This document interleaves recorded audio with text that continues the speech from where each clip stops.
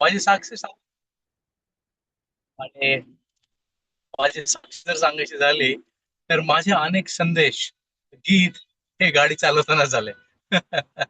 मी वाडी हॉस्पिटलला कामाला असे आणि टू व्हीलरवर येत जात असे आणि टू व्हीलरवर येत जात असताना सगळ्यात मोठं माझं काम काय होतं, तर स्तुती आराधना करा, निघा. आणि मोबाईल वगैरे तर नंतर आले आणि त्याच्यातच मी नेहमी हे करत असे. प्रभूंनी मला अनेक गाणे दिले, भारुड दिलं, संदेश दिले, अनेक संकल्पना दिले गाड्या चालवत असताना.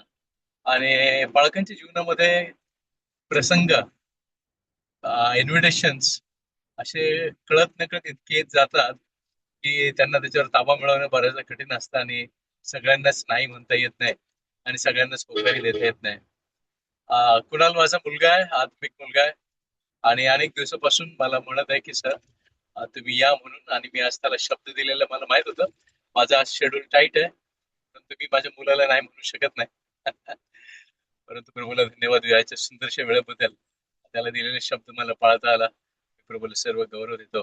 जाऊया प्रेषितांच्या कृत्यामध्ये, जाऊया 20वा अध्याय आणि 7 ते 12 वचन आपण कोणीतरी वाचूया.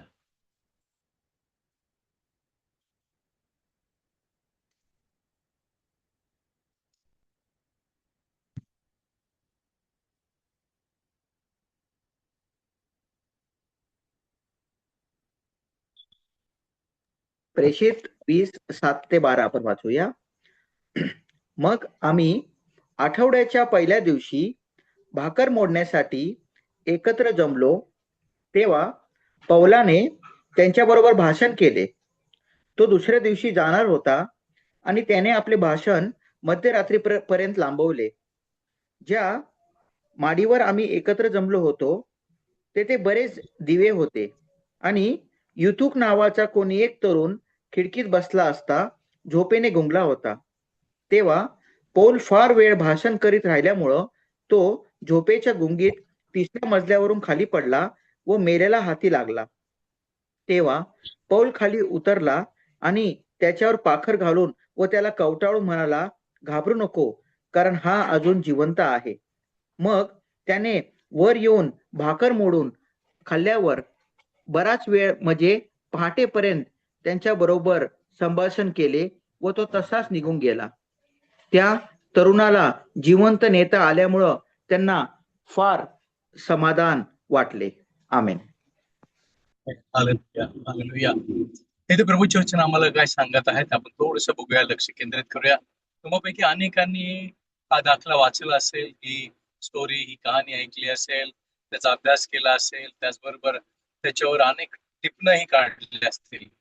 परंतु या आज थोडस बघूया याच्यामध्ये, आणखीन पुढे जाऊन आम्हाला प्रभू काय सांगतो का, किंवा त्याच्यातून आम्हाला शिकण्यासारखं आणखीन काय आहे का, हे आम्ही पाहूया का. कारण प्रभूचं वचन सांगते की प्रत्येक ईश्वर प्रेरित ग्रंथ, ईश्वर प्रेरित शब्द हा आमच्या सुधारणुकीसाठी आहे, आमच्यातले दोष दाखवण्यासाठी आहे, आम्हाला प्रभूच्या गौरवासाठी, आम्ही परिपूर्णतेने सज्ज व्हावे म्हणून आमच्यापर्यंत आलेला आहे. या ठिकाणी पाऊल ही त्याच्या कळकळी लोकांना शिकवत आहे आणि त्याला दुसऱ्या दिवशी बाहेर जायचं आहे. त्यामुळे तो घाई करत, ज्याला त्याला जितकं देता येईल तितकं द्यायचं तो करत उशीर झालाय, असं तिथं वचन सांगतं. बरंच नाही होतं, आमच्या वेळी जीवनात होतं, अनेकांच्या जीवनात होतं की आम्ही ज्या वेळेस चर्चमध्ये जातो, एखाद्या सभेला जातो आणि ज्यावेळेस वेळ वाढू लागतो ना, आमचं देखील लक्ष घड्याळाकडे लागू लागतं की किती वाजले, आणखी किती वेळ घेणार, किती वेळ चालणार, वगैरे वगैरे. असो, या ठिकाणी आपण जितकेही गुगल मीटला आहोत ना, या ठिकाणी जितके जुडलेले आहोत, आम्ही या ठिकाणी का आहोत माहित आहे का? कारण आम्हाला आमंत्रण मिळालंय, आम्हाला लिंक मिळाली, म्हणून आम्ही या प्लॅटफॉर्मवर आज एकत्र बसून देवाच्या वचनाचा आस्वाद घेत आहोत. ताईंनी खूप सुंदर स्तुती आराधना केली. मी गाडी चालवत असतानाच माझा थकवा निघून गेला स्तुती आराधनेमध्ये. ताई, तुम्हाला थँक्यू, देवप्पाला धन्यवाद. आणि असंच प्रभूच्या अभिषेकामध्ये आणखीन पुढे वाढत जा आणि मनुष्याला संतुष्ट करण्यासाठी, नाव गावण्यासाठी नाही, तुमचं गौरव तुमच्याकडून व्हा म्हणून प्रभू तुम्हाला अधिक सामर्थ्याने भरव. या ठिकाणी हा युतुक त्या मंडळीमध्ये आहे. पहिल्या दिवशी भाकर मोडण्यामध्ये, त्या सहवासामध्ये का तो तिथे आहे? कारण त्या ठिकाणी तो आमंत्रित आहे. त्या ठिकाणी तो प्रभर विश्वास ठेवणाऱ्यांपैकी आहे. तो देवाच्या वचनाचा सातत्यानं ऐकणार असणार आहे. त्यामुळे तो मंडळीमध्ये आहे. बऱ्याचदा मंडळीमध्ये आम्ही जर गेलो तर आम्ही कुठं बसायला पसंत करतो, तर पाठीमागे. म्हणजे काय, 2-3 गोष्टी असतात. मोबाईलवर फोन आला का पटकन घ्या, बाहेर जाता येतं. किंवा काही कुणाला इशारा करायचा झाला किंवा बाहेर निघायचं झालं किंवा बरेचसे पर्याय आमच्या समोर येतात आणि त्यामुळे आम्ही पाठीमागे असतो. तसंच या ठिकाणी युतुक नावाचा मनुष्य आहे. मुलगा आहे, तरुण मुलगा असं सांगितलं जातं. तो तरुण आहे म्हणजे तो तुमच्या आणि माझ्यासारखाच आहे. आणि मग जर तरुण आहे तर तुमच्या आणि माझ्यासारखीच इच्छा, भावना त्याच्याकडे देखील आहेत. आणि या ठिकाणी काय करत आहे, तर तो खिडकीमध्ये बसलेला आहे. आवडते का तुमच्यापैकी लोकांना खिडकीमध्ये बसायला आवडतं? मला उत्तर द्या. मला आवडेल उत्तर तुमच्याकडून ऐकायला. येस सर, किंवा येस, येस. याचं उत्तर द्या मला. तुम्हाला खिडकीत का बसायला आवडतं? विमानामध्ये, बसमध्ये, रेल्वेमध्ये? काय कारण हो? का तुम्हाला आवडतं खिडकीत बसायला? बाहेर हा? लक्ष असल्यामुळं मन रमतं लवकर आणि टाइम निघून जातो लवकर. बाहेर मन रमतं नाही का? बाहेर लक्ष जातं. बाहेरून कोण चाललंय, काय चाललंय, झाडे झुडपं, गाड्या किंवा बाहेरचं वातावरण आम्हाला पाहायला मिळतं. म्हणून आम्हाला क्रिकेट बसायला आवडतं. त्या ठिकाणी लोकं खूप सुंदर आहे. ज्या ठिकाणी ह्या मुलाला अमृत केलं गेलेलं आहे, ज्या ठिकाणामध्ये तो आहे, प्रभूचं वचन सांगतं की त्या ठिकाणी भरपूर प्रकाश आहेत.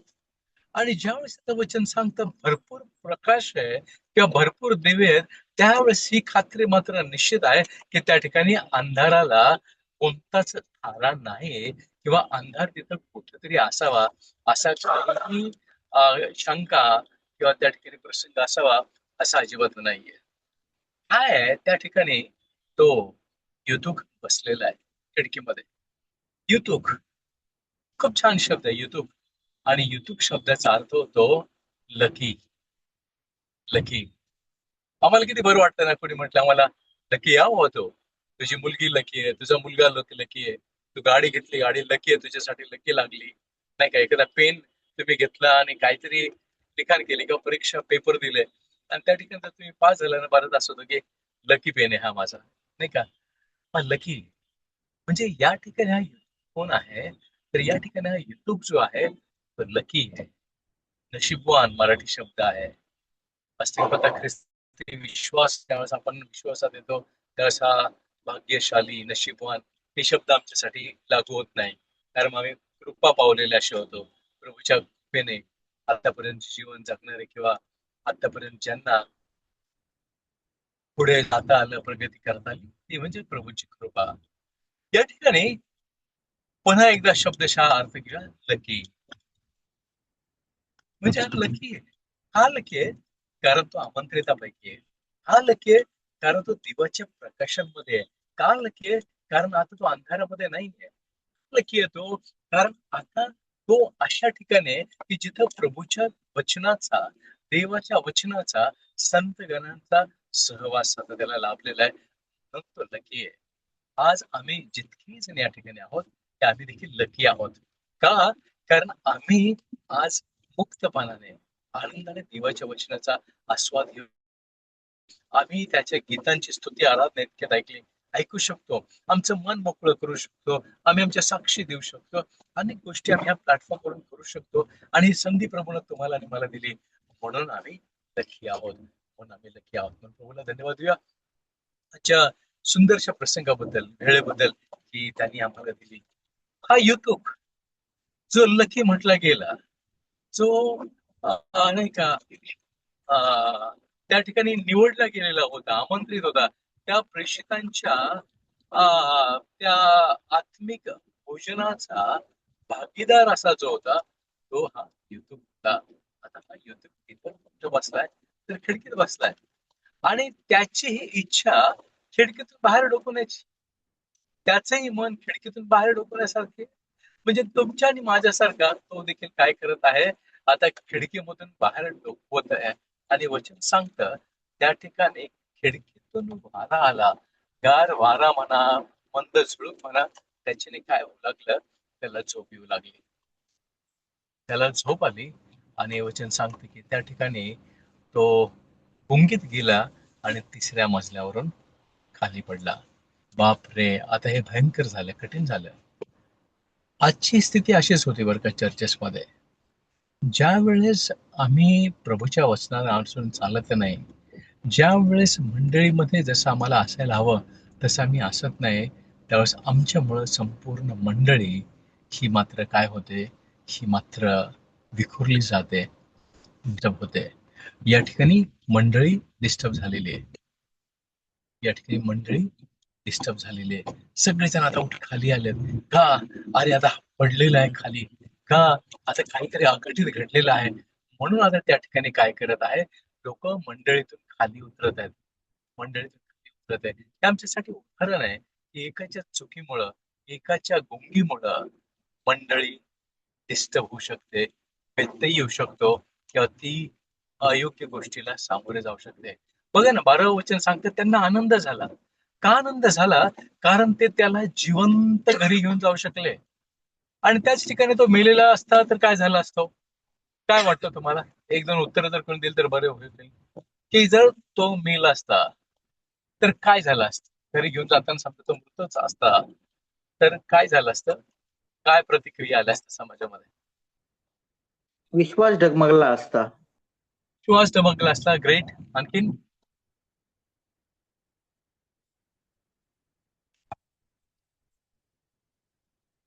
दुसरं काही उत्तर आणखी?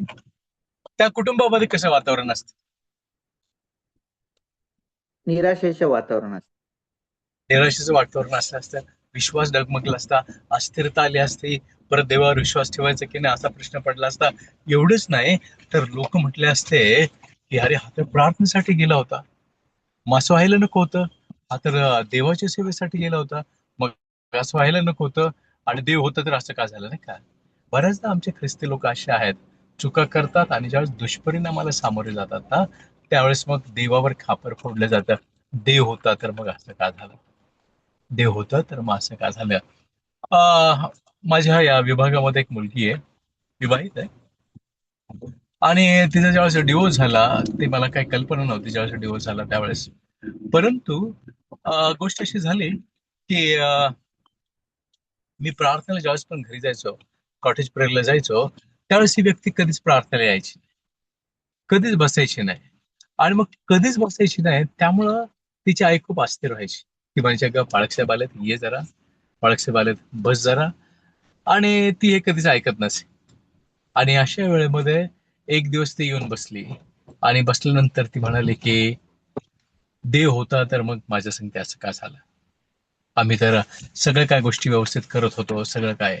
आणि ज्यावेळेस मी तिला विचारलं की बाई तुझी दिनचर्या कशी चालायची, तू काय करायची ते मला सांग, म्हणजे आपण पुढच्या गोष्टी बोलूया किंवा पुढच्या गोष्टी करूया. त्यावेळेस ह्या बहिणीने मला काय सांगितलं की तिच्या नवऱ्याला चांगला पगार होता, हेल्दी पगार होता. आणि हेल्दी पगार असल्या कारणानं ओके, येतोय का आवाज माझा? प्लीज पुन्हा एकदा. हो हो सर. येस. आणि मग ही बहीण मला म्हणाली की नाही नाही नाही, काय, आम्ही सगळं काय व्यवस्थित करत होतो, माझ्या नवऱ्याला चांगला पगार होता. आणि पगार असताना 1.5 लाख रुपये महिन्याला पगार. हे राहिला दौंडमध्ये. दौंडवरून पुणे जवळपास माझ्या इथपर्यंत 70 किलोमीटर आहे.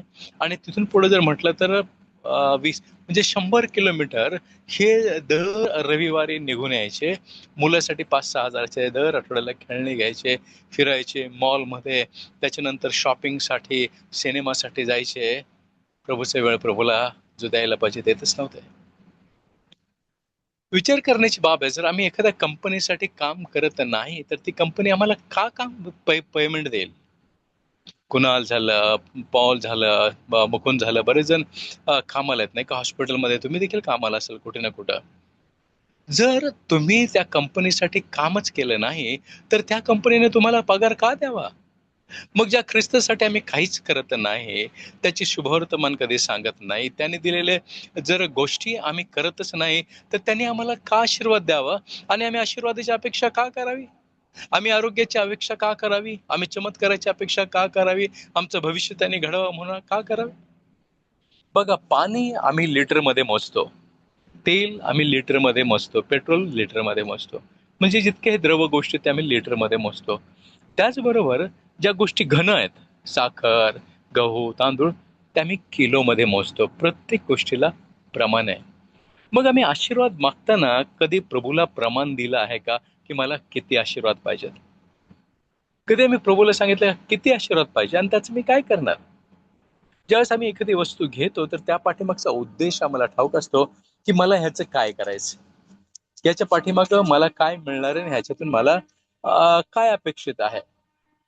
म्हणून आम्हाला हे समजणं गरज, क्षमा करा रेल्वे चालली माझ्या बाजूने आणि डिस्टर्ब होऊ शकतो.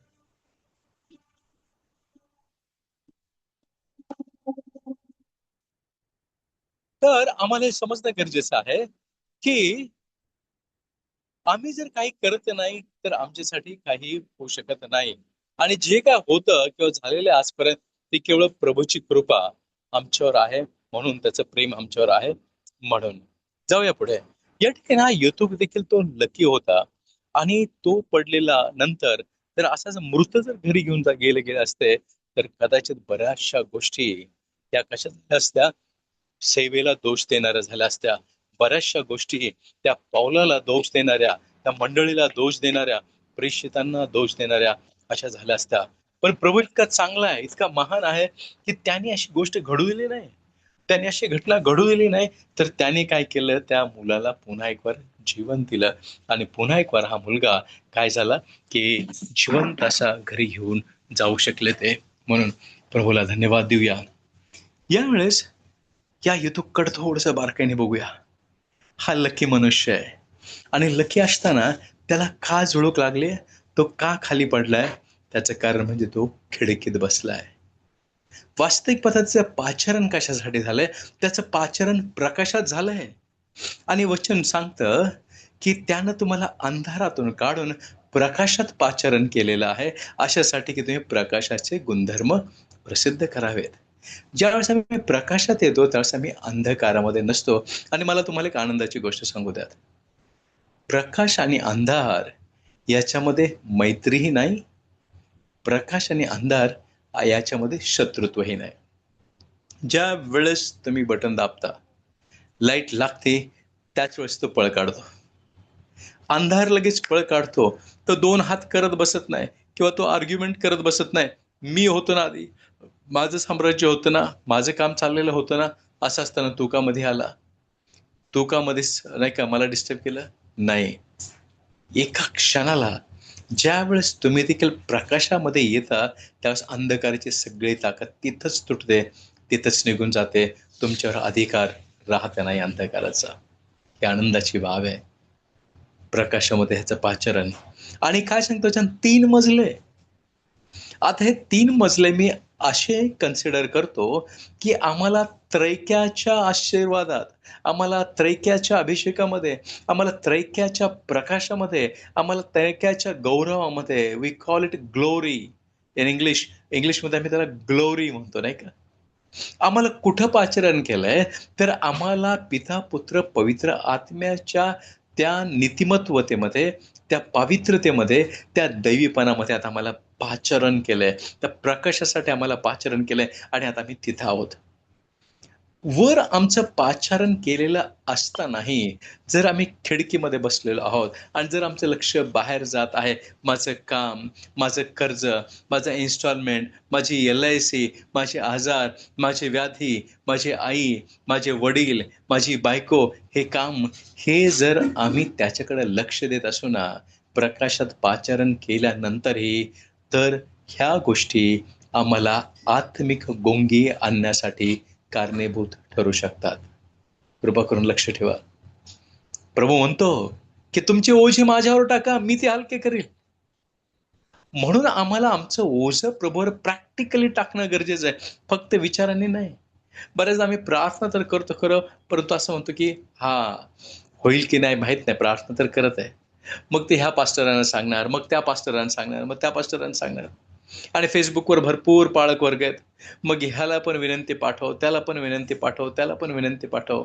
माझ्यासाठी प्रार्थना करा, माझी परिस्थिती बरी नाही. माझ्यासाठी प्रार्थना करा, माझा नवरा दारू पितो. माझ्यासाठी प्रार्थना करा, माझी बायको व्यवस्थित वागत नाही. माझ्यासाठी प्रार्थना करा, माझे लेकरं नाही का व्यवस्थित वागत नाहीत. का ही परिस्थिती येते? अशासाठी की आमचं लक्ष विचलित व्हावं, आमचं लक्ष प्रभूपासून दूर व्हावं. ज्या प्रकाशामध्ये आम्हाला पाचारण केलंय त्या प्रकाशामध्ये आम्ही स्वतःला न ठेवता बाहेर जावं, याचे प्रयत्न सैतान नेहमी करतो. आणि जे प्रभू खरं म्हणतो सैतान नेहमी त्याच्या विरुद्ध सांगतो. ज्यावेळेस पण पाळक सांगतात ना मंडळीमध्ये, पाठीमागचे बसलेले या पुढे येऊन बसा, मग लोकांचं असं पहिल्यांदा इकडे तिकडे बघणं चालतं. मग त्यावेळेस जरा कावरा बावरा चेहरा होतो आणि मोठ उठून आले तरी एखादी खुर्ची पुढे यायची, पण एकदम पुढे येत नाही, बसत नाही. हा देखील तिथेच बसला असेल, कदाचित त्यालाही सांगितलं असेल, बाबा खिडकीत बसू नको, ये अलीकडे बस. स्माइल दिल्यास, हो हो पास्टर माझं लक्ष आहे, मी बघतो, होय आमेन आय रिसीव्ह, नाही का संदेशाच्या वेळेस. पण बसलाय कुठे? खिडकीमध्ये. लक्ष कुठे? बाहेर. लक्ष कुठे? जगामध्ये. लक्ष कसं आहे? प्रभू मी प्रार्थनेला तर येतोय खरं, परंतु ती मला मुलगी आवडते, नाही का, तुझी इच्छा असेल तर मला ती पत्नी म्हणून पाहिजे. बसलंय खिडकीमध्ये, पाचारण प्रकाशामध्ये, दिव्यपा मला हा मुलगा आवडतो. मग तो विधर्मी आहे, परंतु येईल ना, तो प्रार्थनेमध्ये येईल, येशूमध्ये तो येईल. ती विधर्मी आहे, येईल ना, ती प्रार्थनेमध्ये येईल, प्रभूमध्ये येईल. नाही का प्रभू तुझ्यानं सांगते, एक आत्मा स्वर्गाच्या राज्यात आल्यावर स्वर्गदूत हजारो आनंद करतात. हे कुणाचं काम आहे? एक आत्मा जिंकण्याचं? देवाचं काम आहे. आनंद करण्याचं, कशावर आनंद करायचा हे कुणाचं काम आहे? हे देवदूतांचं काम आहे. मी त्या मुलांना मुलींना हे सांगतो, वेडगळपणा करू नका. तो आत्मा तुम्ही स्वतःसाठी घरी आणतात, देवाच्या गौरवासाठी नाही. बरोबर ना? तुम्ही स्वतःच्या इच्छेपोटी, स्वतःच्या भावनेपोटी, स्वतःच्या तात्विक प्रीतीपोटी तुम्ही त्या मुलासाठी, मुलीसाठी काय करत आहात? प्रयत्न करत आहात आणि त्यांना घरी आणत आहात. तो आत्मा स्वतःसाठी जिंकायचे प्रयत्न करताय, प्रभूसाठी नाही. त्यामुळं अशा उगाचच नाही का, अति फाजील धार्मिकतेतून विचार करून स्वतःचा नाश करून घेऊ नका. कृपा करून. हा माझा विषय नव्हता, पण प्रभू मला का सांगायला लावते मला माहित नाही. अशा विचारांना बळी पडू नका. देव समर्थ आहे, कुणाचा नाश करावा आणि कुणाचं तारण करावं. जर वाटत असेल एखादी व्यक्तीचं तारण व्हावं, गुडघ्यावर जा. प्रभू योग्य वेळेला योग्य साथीदार तुमच्या जीवनामध्ये देईल. प्रकाशात आमचं पाचारण आहे. पित्याच्या, पुत्राच्या, पवित्र आत्म्याच्या त्या सामर्थ्यामध्ये, त्या अभिषेकामध्ये आमचं पाचारण आहे. आम्हाला वळून बाजूला जाणं योग्य नाही. आमच्यासाठी तो धोका आहे. पावलाला धोका झाला का? नाही. मंडळीला धोका झाला का? नाही. तो पडल्यानंतर जरी मेला असता, तरी पावलाला काय फरक पडला असता? मंडळीला काय फरक पडला असता? 2 दिवस बडबड केली असती लोकांनी. पावलाला ज्या ठिकाणी जायचं असतं, त्या ठिकाणी तो गेला असता. ज्याने सर्व मनुष्य जातीसाठी आपला प्राण गमावला, त्याचा तो शिष्य, त्याच्या सेवेसाठी तो आतून पेटलेला असताना, तो हा मनुष्य मेला म्हणून सेवा थोडी सोडून देणार होता. त्याचंही काम झालं असतं. सेवाही सुरू राहिली असती, मंडळी वाढत गेली असती. कोणी जीव गमावला असता तर खिडकीत बसणाऱ्याने जीवन संपवलं असतं. आज देवाच्या लोकांनो, जितके या ठिकाणी आहेत, आज खात्री करून घ्या, मी कुठं बसलेलो आहे. आज खात्री करून घ्या, मी वचनामध्ये आहे का? खात्री करून घ्या, मी प्रार्थनेमध्ये आहे का? खात्री करून घ्या, मी आत्म्यामध्ये आहे का? खात्री करून घ्या, मी प्रभूच्या अनुग्रहामध्ये आहे का? खात्री करून घ्या, मी तो युथुक आहे का? मी तो लकी आहे का? ज्याचं पाचारण झालं, जो आमंत्रित आहे, जो निमंत्रित आहे, जो बोलावलेला आहे आणि ज्याने आम्हाला ही संधी दिली आहे. देवाच्या वचनाच्या भाकरीची सहभागिता, त्याच्या पवित्र आत्म्याचा सहवास हे आम्हाला मिळालं, हे आमचं लकीपण आहे. तो युतुक आम्ही आहोत. दीदी तो युतुक आम्ही आहोत. आज खात्री करणं गरजेचं आहे, माझी जागा कुठे आहे? पाऊल 3 मजले खाली उतरून आला, त्याच्यावर पाखर घातली आणि त्या मेलेल्या मुलामध्ये पुन्हा एक फार प्राण आले. तुमच्याने माझ्यासाठी देखील हे एकदा घडलेलं आहे. जसं या युतुकसाठी घडलेलं आहे, तसं तुमच्याने माझ्यासाठी देखील हे घडलेलं आहे. तुमच्याने माझ्यासाठी त्रैक्य लोक, तो स्वर्ग सोडून त्रैक्यातला एक म्हणून तो पिता आणि पुत्र आणि पवित्र आत्म्यातला एक जो भाग आहे, ख्रिस्त या भूमीवर खाली आला. स्वर्ग सोडून खाली आला. त्या स्वर्गात त्याचं वसतिस्थान होतं, ते त्यांनी तुच्छ लेखलं. तो राजांचा राजा, पवित्र प्रभू, त्या सिंहासन रूढ असणारा तो मनुष्य म्हणून खाली आला तुम्हाला आणि मला वाचवण्यासाठी, तुमच्यानी माझ्या पापांची क्षमा घेण्यासाठी. ज्या मृत्यूपथावर आम्ही चाललो होतो, ज्या नरक दिशेने आम्ही चाललो होतो, शैतानाचे आम्ही गुलाम झालो होतो, खऱ्या अर्थाने आत्मिक रीतीनं तर आम्ही मेलेलोच होतो. आमच्यामध्ये काहीच शिल्लक नव्हतं. त्या त्रैक्याच्या दृष्टिकोनातून आम्ही अगदी नग्न होतो. त्या त्रैक्याच्या दृष्टिकोनातून आम्ही पापी होतो. त्या त्रैक्याच्या दृष्टिकोनातून आम्ही अनितिमान होतो. त्या त्रैक्याच्या दृष्टिकोनातून आम्ही शून्य, भ्रष्ट, टाकाऊ असे झालेलो होतो. आमच्यामध्ये काही एक चांगलं राहिलेलं नव्हतं. आणि अशा परिस्थितीमध्ये प्रभू येशू ख्रिस्त तुमच्याने माझ्यासाठी आला. तुमच्यावर आणि माझ्यावर त्याने पाखर घातली. तुमच्याने माझे पाप त्याने स्वतःवर घेतले. तो मारला गेला, तो गाडला गेला आणि तो तिसऱ्या दिवशी पुन्हा उठला. आणि आज तो तुमच्याने माझ्यासोबत इमॅन्युएल म्हणून आहे. तुमच्याने माझ्यासोबत पवित्र आत्म्याच्या द्वारे तो सदोदित आमच्यासोबत आहे. आम्हाला प्रत्येक गोष्टीमध्ये जाणीव देतो, आम्हाला टोचणी देतो. मुलं हे योग्य आहे, मुली हे अयोग्य आहे, कर का नको करू, आम्हाला ती जाणीव करून देतो, जाणीव करून देतो. तो एकदा आला, पाऊल एकदा आला.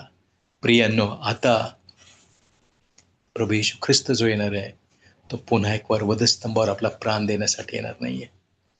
तो आता न्यायाधीश म्हणून येणार आहे. आणि न्याय करताना भेदभाव करणार नाही. जगाचे न्यायाधीश भेदभाव करतील. जगाचे न्यायाधीश कदाचित लाचलुचपत घेतील, देतील. जगाचे न्यायाधीश कदाचित न्याय ठरवतील. पण तो स्वर्गीयचा न्यायी प्रभू, सात्विक प्रभू, नीतिमान देव, तो न्यायामध्ये गडबड करणार नाही. तो न्यायामध्ये गडबड करणार नाही. म्हणून आज आम्हाला समजणं गरजेचं आहे, मी खिडकीमध्ये आहे की मंडळीमध्ये आहे? मी खिडकीमध्ये आहे, आणखीन बाहेर डोकवण्यातच मला आनंद आहे का? कित्येक ठिकाणी हे मी क्षमा मागतो ह्या गोष्टीची. मी त्या बाळकांचं नाव नाही सांगू शकत, परंतु त्यांच्या कारमध्ये रेडिओ चालू असतो.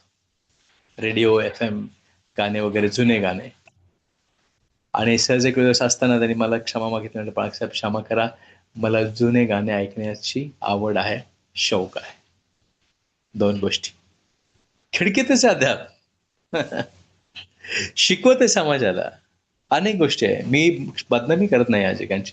तेही मनुष्य आहेत. त्यांच्यामध्ये एक मानवी हृदय आहे. परंतु चित्तवृत्ती समजण्यासाठी मी शिकवत आहे. कारण न्याय करण्याचा अधिकार प्रभूने आम्हाला दिला नाही. आमची चित्तवृत्ती आम्हाला समजणं गरजेचं आहे. हा वरून खाली पडला, आता ख्रिस्त परत उठवण्यासाठी येणार नाही. उठायचं असेल तर आत्ताच, पाप सोडायचं असेल तर आत्ताच, व्यसन वासना सोडायची असेल तर आत्ताच, देह स्वभाव सोडायचा असेल तर आत्ताच. प्रभूचं वचन सांगतं रोम 12:2 मध्ये, तुमच्या मनाच्या नवीकरणाने स्वतःचं रूपांतर होऊ द्यात. आमच्या हातावर आता हैदराबादमध्ये पास्टर ख्रिस आले होते, नाही का? पास्टर ख्रिस असू द्यात, बेनिन असू द्यात, कोणी असू द्यात, तुमच्या डोक्यावर हात ठेवून प्रार्थना करू द्यात. तुम्ही आशीर्वादाने भराल, अभिषेकाने भराल, ठीक आहे. परंतु तरी देखील जीवनाची गुरु किल्ली देवानं तुमच्या आणि माझ्या हातात दिली आहे. आणि तो म्हणतो की मनाच्या नवीकरणाने जर स्वतःचं नवीकरण करण्यासाठी कोण जबाबदार असेल तर तुम्ही स्वतः. आपलं स्वतःचं शेत आपल्या स्वतःला नांगरावं लागेल, तरच पोटभर खायला मिळेल. मी माझ्या चर्चच्या दारामध्ये एक आरसा बसवत आहे, आणि त्या आरशाच्या वर आणि अशा ठिकाणी की एका वेळेस एकच माणूस पाहिल, त्याला दुसऱ्याला कोणाला पाहता येत नाही. आणि त्या आरशावर असे मी वर्डिंग लिहित आहे रेडियममध्ये, माझ्या आत्मिक जीवनाचा शत्रू.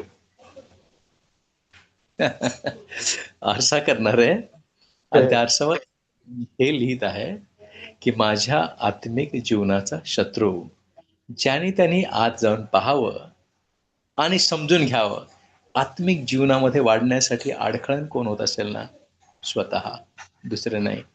का? कारण आमच्या विचारांना शिस्त नाही. का? कारण आमच्या शरीराला शिस्त नाही. ज्याच्या विचारांना शिस्त नाही, ज्याच्या मनातल्या भावनेवर शिस्त नाही, त्याच्या शरीराला शिस्त नाही, त्याला आत्मिक शिस्त कशी लागणार?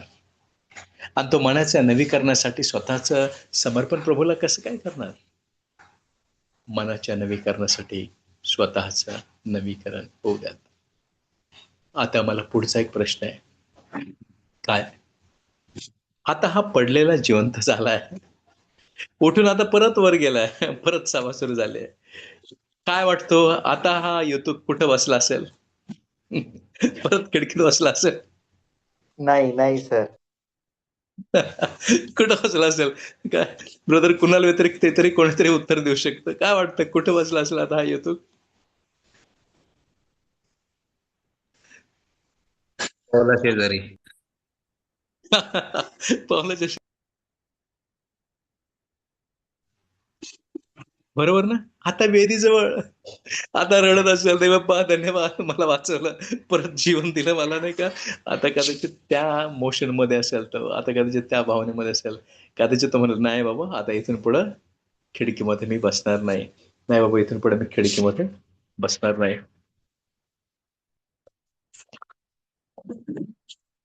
जीवनामध्ये दोन गोष्टी असतात. चूक करण्याचा एक समय आणि दुसरी बाब एक समय असा असतो की ती चूक समजून सुधारण्याचा आणि मार्ग बदलण्याचा. एक काळ असतो चुका करण्याचा. मागच्या वेळेस पण माझं इंट्रोडक्शन देताना कुणाला म्हणत होता, मला ते हसायला येत होतं की सरांनाच माहिती आम्ही कसे होतो. आम्ही बऱ्याचशा चुका केल्या, बरोबर ना कुणाल? येस सर, परंतु येस सर. परंतु आज मात्र प्रभूच्या मार्गावर आहेत. आज मात्र त्यांना जाणीव होती तो वेळ आमचा चुकींचा वेळ होता. आज देवाच्या लेकरांनो, जितकेही तुम्ही आहात, चुका होतात, नाही होणार असं नाही, पाप होतं नाही असं नाही, परंतु रोजचा पश्चाताप रोज करून त्या चुकांना बाजूला ढकलून पवित्र आत्म्याच्या सामर्थ्यानं पुढे जाणं तुमच्या आणि माझ्या हातामध्ये. तुम्हाला आणि मला येशू जबरदस्ती करणार नाही, तुम्हाला आणि मला पवित्र आत्मा जबरदस्ती करणार नाही, आमची कॉलर धरणार नाही. वाच देवाचं वचन, बस प्रार्थनेला, गुडघ्यावर ये, रड रड, नाही का, जबरदस्ती करणार नाही. He is a gentle spirit. कधीच कधीच आम्हाला तो जबरदस्ती करणार नाही. म्हणून तर वचन सांगतं, स्वतःच नवीकरण करणं हे स्वतःच्या हातामध्ये. भाग झाला एक. आता दुसरा एक मला प्रश्न विचारायचा आहे, पुढच्या एक 5-7 मिनिटांमध्ये मी संपवेल. मला एक प्रश्न विचारायचा आहे. पंजाबवरून समजा एखादा अगदीच जाडा-जुडा 150-200 किलोचा ट्रक ड्रायव्हर, अगदी हेल्दी, मोठ्या मिशा, पगडी, बघितल्यावरच एकदम रुबाब पडणार, एक 6 फूट उंचीचा असा हट्टा-कट्टा, की हा जो ट्रक ड्रायव्हर आहे तो समजा येते आता कुठेतरी पुणे मुंबई रोडवरून येते ना, असं असताना एक तिडतिडत मुलगा, अशक्त मुलगा, एक 4.5 किंवा 5 फूट उंचीचा हा मुलगा येऊन बसलेला आहे, म्हणजे रस्त्याच्या कडेला उभा आहे. आणि रस्त्याच्या कडेला उभा असताना तो ह्या ट्रक ड्रायव्हरला हात करतोय, थांबव थांबव म्हणून. काय वाटतं तुम्हाला, हा ड्रायव्हर थांबवेल की नाही थांबवणार? कदाचित तो थांबवेल किंवा थांबवणारही नाही, शक्यतो थांबवणार नाही. का माहिती का? कोण हा मनुष्य मला हात करणारा? तिडतिडा, त्याची तब्येत कुठं, माझी तब्येत कुठं? आणि हा कशासाठी काय करत आहे? हात दाखवत आहे, बरोबर ना? काय करत आहे तो? कदाचित हा थांबणारच नाही. कदाचित हा जो आहे हा थांबणार नाही. परंतु तोच मुलगा 4.5-5 फुटाचा आता त्याच रस्त्यावर आहे. ट्रक चालवणारा देखील तोच आहे. 6 फूट उंच, 150-200 किलोचा धिप्पाड, दाढी मिशी असलेला, पगडी घातलेला तोच ट्रक ड्रायव्हर आहे. परंतु यावेळेस एक बदल होत आहे. काय बदल होते? तोच तिडतिड मुलगा आता आरटीओच्या युनिफॉर्म मध्ये आहे. आता तो आरटीओ पोलीस ऑफिसर म्हणून त्या युनिफॉर्म मध्ये त्या रस्त्याच्या कडेला उभा आहे. आणि आता तो हात करत आहे त्याच ट्रक ड्रायव्हरला, तोच ट्रकचा नंबर, तोच तो ड्रायव्हर, त्याला तो हात करत आहे. आन्सर मी, आता तो ट्रक ड्रायव्हर थांबल का नाही? हो सर, थांबावंच लागेल. हिंदी में अगर कहने का तो उसके बाप को भी रुकना पडेगा नाही क्या? त्याला थांबवावं लागेल. तो थांबेलच थांबेल. का? कारण नाव ही इज विथ अथॉरिटी. देवाचं वचन इतकं सुंदर आहे. तो म्हणतो जितक्यांनीही त्याचा स्वीकार केला, जितक्यांनीही त्याच्यावर विश्वास ठेवला, जितक्यांना त्यांनी त्याचा तारणारा, स्वतःचा वैयक्तिक तारणारा म्हणून जितक्यांनी त्याचा स्वीकार केला, देवाचं वचन सांगतं तितक्यांना त्यांनी आपली लेकरं म्हणण्याचा अधिकार दिला. हालेलुया. आज आम्ही कोण आहोत या ठिकाणी मीटिंगमध्ये? देवाची लेकरं, देवाची मुलं, मुली. आम्ही या ठिकाणी देव आणि देवाच्या मुली अशा आहोत. मग ह्याच्यातून मला काय सांगायचंय, ज्यावेळेस आमच्या घरात पाहुणे येतात, पाहुणे आल्यानंतर आम्ही जिथं त्यांना बसायची व्यवस्था केलेली असते तिथं बसतात. ते सोफ्यावर बसतील, खाटेवर बसतील, खुर्चीवर बसतील, परंतु ते घरामध्ये ढवळाढवळ करू शकत नाही. ते घरातल्या गोष्टी, वस्तू इकडच्या तिकडे करू शकत नाहीत. ते खिडकी उघड बंद कर, दार उघड बंद कर, पडदा सारव, ते करू शकत नाही. का? कारण ते पाहुणे आहेत. मी जरी देवाचा सेवक म्हणून तुमच्या घरी आलो तरी मला मर्यादा आहेत. मी तुमच्या घरातल्या कोणत्याच वस्तीला कमी जास्त करू शकत नाही. याचक म्हणून जर तुम्ही माझा सन्मान केला तरी देखील मी त्या घरामध्ये पाहुणा म्हणून आहे, अधिकारी म्हणून नाही. परंतु जर आम्ही लेकरांकडे बघितलं तर लेकरांकडे अधिकार आहे. ते खाट्यावर फक्त बसू नाही शकतात, लोळू शकतात. ते बिछाण्यावर बसू शकतात, सोफ्यावर बसू शकतात, खुर्चीवर बसू शकतात, किचन मध्ये जाऊ शकतात, फ्रीज मध्ये काय आहे काय नाही उघडून बघू शकतात, काय खायला आहे की नाही सगळं काय बघू शकतात, करू शकतात. का? कारण ते अधिकारी आहेत. का? आता ते त्या घरातले वारस आहेत. आणि जितक्यांनी ख्रिस्तावर विश्वास ठेवला त्यांना त्यांनी वारस म्हणण्याचा अधिकार देखील दिलाय. तुम्ही मी केवळ त्याचे लेकर नाही तर त्याचे वारस. We are the authorised people of the lord. आमच्याकडे अधिकार आहे. आता आम्ही त्याची लेकर आहोत आणि लेकर या नात्यानं तुम्हाला अधिकार दिलाय. उठा, आता प्रार्थना करत नका बसू. माझं कर्ज जे तुम्हाला बाहेरचे आवाज डिस्टर्ब करतात, जे तुम्हाला बाहेरचे आवाज गुंगी आणतात, झोप आणतात, get up and shut the door of window.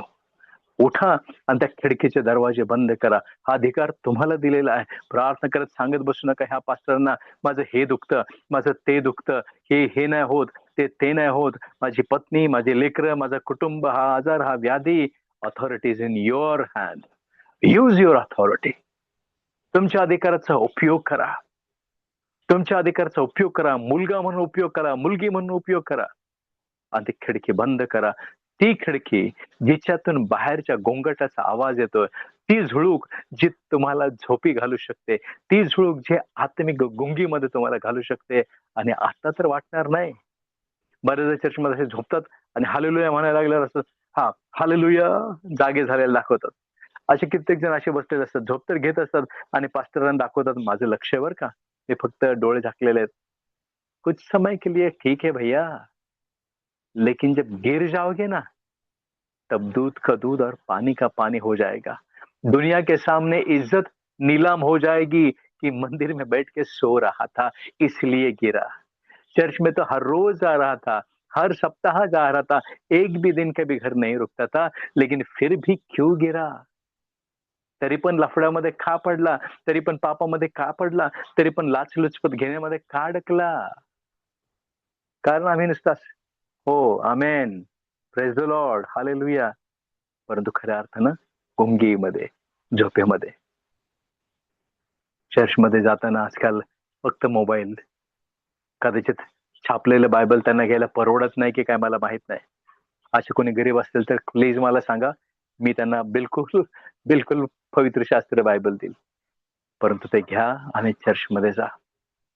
मोबाईलमध्ये जर तुम्ही बायबल उघडत असाल तर जरूर उघडा, परंतु फ्लाईट मोडवर टाकून उघडा, जेणेकरून बाकीचे नोटिफिकेशन तुम्हाला आत्मिक गुंगीमध्ये जाण्यासाठी कारणीभूत ठरू नये. तुमच्या अधिकाराचा उपयोग करणं तुमच्या हातात आहे. जर तुम्ही तुमच्या अधिकाराचा उपयोग केला नाही तर दुसरा तुमच्या अधिकारावर पायमल्ली करेल, तुमच्या अधिकारांची पायमल्ली करेल. दुसरा तुमचे अधिकार हातामध्ये घेईल आणि तुम्हाला मात्र वरून खाली ढकलून देईल. प्रियानो, आज हेच सांगणं आहे, जागे व्हा, दिवस कमी आहेत, जागे व्हा, प्रभूचं येणं जवळ आहे, जागे व्हा, लक्षात घ्या आमचं पाचारण कशासाठी आहे, जागे व्हा, समजून त्या त्रैक्याच्या ग्लोरीमध्ये, त्या त्रैक्याच्या सामर्थ्यामध्ये, त्या त्रैक्याच्या अभिषेकामध्ये आमचं पाचारण आहे. पाचारणापासून ढळू नका, अभिषेकापासून ढळू नका, वारस हक्क गमवू नका. प्रॉपर्टी तुमची आहे, वारस हक्क गमवू नका. अधिकार तुमचा आहे, वारस हक्क गमवू नका. आज प्रभूकडे मी हीच प्रार्थना करेल की जितके जण आज या ठिकाणी आहेत, कृपा करून समजून घ्या, आम्ही कुठं बसलेलो आहोत, खिडकीत बसलेलो आहोत का वेदीजवळ. शमूएल देखील वेदीजवळ झोपत असे आणि प्रभू त्याच्याशी बोलला. लहान होता तरीही प्रभू बोलला. का? मंदिरामध्ये, प्रभूच्या भवनामध्ये. आणि स्तोत्रकर्ता लिहितो की जे प्रभूच्या मंदिरी रोपलेले असतात ते आपल्या देवाच्या पित्याच्या त्याच्या अंगणामध्ये समृद्ध होतील. दावीद माझा हिरो आहे. बघा, दाविदाच्या आधी शमूएल होऊन गेला, दाविदाच्या आधी मोशे होऊन गेला, नोहा होऊन गेला, सगळे भाकितकार होऊन गेले, भविष्यवक्ते होऊन गेले. किसी के दिल में नहीं आया कि मेरे खुदा के लिए भी एक घर होना जरूरी है. किसी के मन में नहीं आया कि मेरे खुदा के लिए भी एक भवन की जरूरत है. लेकिन एक दाऊद था जो किसी ने नहीं सोचा वो उसने सोचा, जो किसी के मन में नहीं आया वो उसके मन में आया. क्या? मेरे प्रभू के लिए मैं घर बांधूंगा. आणि तिथं तो म्हणतो की माझ्या प्रभूचं घर आणखीन झालं नाही तर टेम्प निवास मंडपामध्ये, तो त्या तंबूमध्ये त्याचा कोश या ठिकाणी असताना मी तख्तपोशीच्या घरामध्ये, आरामदायी घरामध्ये, चांगल्या नाही का माझ्या सर्व सुविधा असलेल्या घरामध्ये जाऊन कसं झोपू. आणि तो प्रण करतो की जोपर्यंत प्रभूचं भवन बांधलं जात नाही मी आराम करणार नाही, मी माझ्या डोळ्याला डोळा लागू देणार नाही. देवाच्या लोकांना भाग्य तर पूर्ण होत आहेत. युद्ध झाले, सगळ्या गोष्टी झाल्या, राज्याविरुद्ध राज्य, माझ्या नावासाठी तुम्हाला लोक धरून देतील, बदनामी करतील, खोटी नाठी आळ लावतील. काय राहिले आता भाकीत पूर्ण व्हायचं? भूकंप होते, सुनामी बघा काल श्रीलंकेमध्ये, सगळ्या गोष्टी घडून येतात. सांगता येत नाही प्रभूचं येणं कधी होईल, सांगता येत नाही प्रभूचं येणं कधी होईल. आज जवळपास 13 करोड महाराष्ट्राची लोकसंख्या आहे, त्याच्यामध्ये 3 करोड 3% किती आहेत? 3% ख्रिस्ती लोक आहेत. 3% आपण वरचे 13 कोटी मध्ये फक्त 3 कोटी धरूया की येशू मध्ये आहेत. आज येशू आला तर महाराष्ट्र कुठं असेल? उरलेल्या 10 कोटींचं काय? ते कुठं पडते? त्याचे एक एक ढकलले जाणार नाही.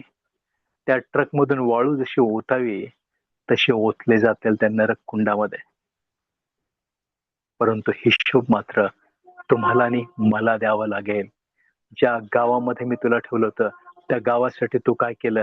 त्या सोसायटीमध्ये मी तुला घर दिलं होतं त्याच्यासाठी तू काय केलं? त्या शहरामध्ये मी तुला ठेवलं होतं त्या शहरासाठी तू काय केलं? त्या देशामध्ये मी तुला जन्माला घातलं त्या देशासाठी तू काय केलं?